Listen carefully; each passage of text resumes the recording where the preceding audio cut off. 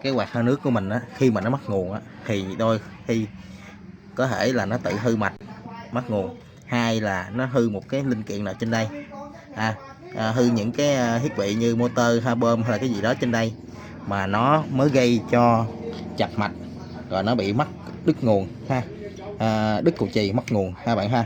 Thì hôm nay mình sẽ hướng dẫn cho các bạn đo hết tất cả các phần mà mình có thể đo được ở đây ha các bạn ha, để cho các bạn cùng theo dõi và kiểm tra ha. Trước khi mà sửa phải kiểm tra những cái linh tinh này. Ok, để đo kiểm tra cái quạt này thì mình phải dặn cái hang điện trở về hang đo ôm ha các bạn. Mình sẽ kiểm tra từng bước từng cái linh kiện ở trong cái quạt này ha. Những cái linh kiện nào hay hư nhất và dễ đo nhất thì mình sẽ hướng dẫn cho các bạn kiểm tra ha. Ok, trước tiên là dây nguồn vô ha. Dây nguồn vô thì mình sẽ đo từ cái chấu cắm nha. Mình sẽ đo từ cái chấu cắm đi về đây ha, thì đo là nó phải thông mạch hả bạn ha.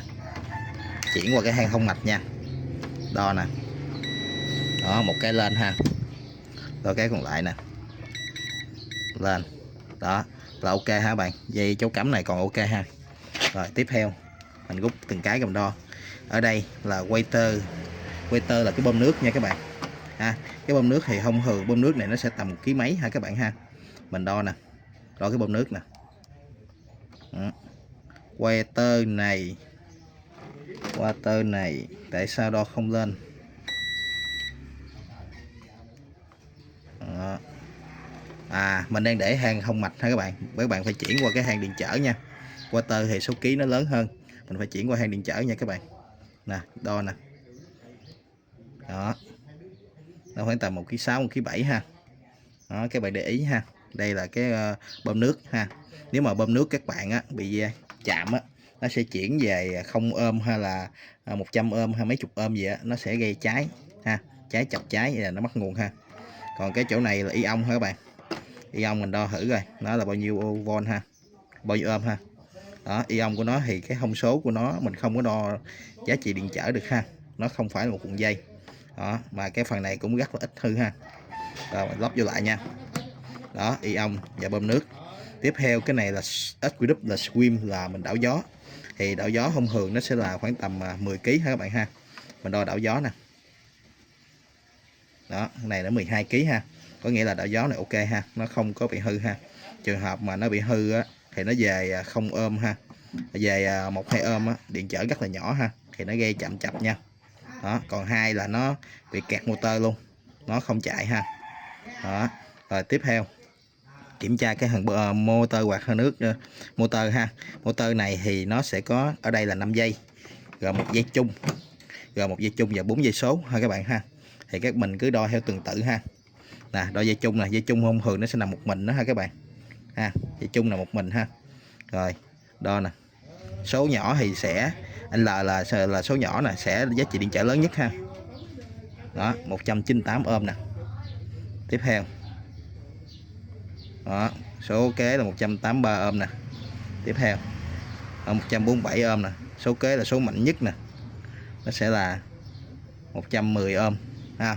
Cái quạt này là đang quạt ok ha. Còn trong trường hợp mà quạt không ok quạt hư là giá trị điện trở nó sẽ khá là lạ nha các bạn.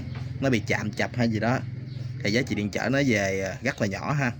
Đó, các cuộn dây nó sẽ khác biệt. Rồi tiếp theo ở đây là cái hai dây này nó ghi là NTC, là cái cảm biến nhiệt độ ha. Cái con này không có bao giờ chết luôn ha các bạn ha.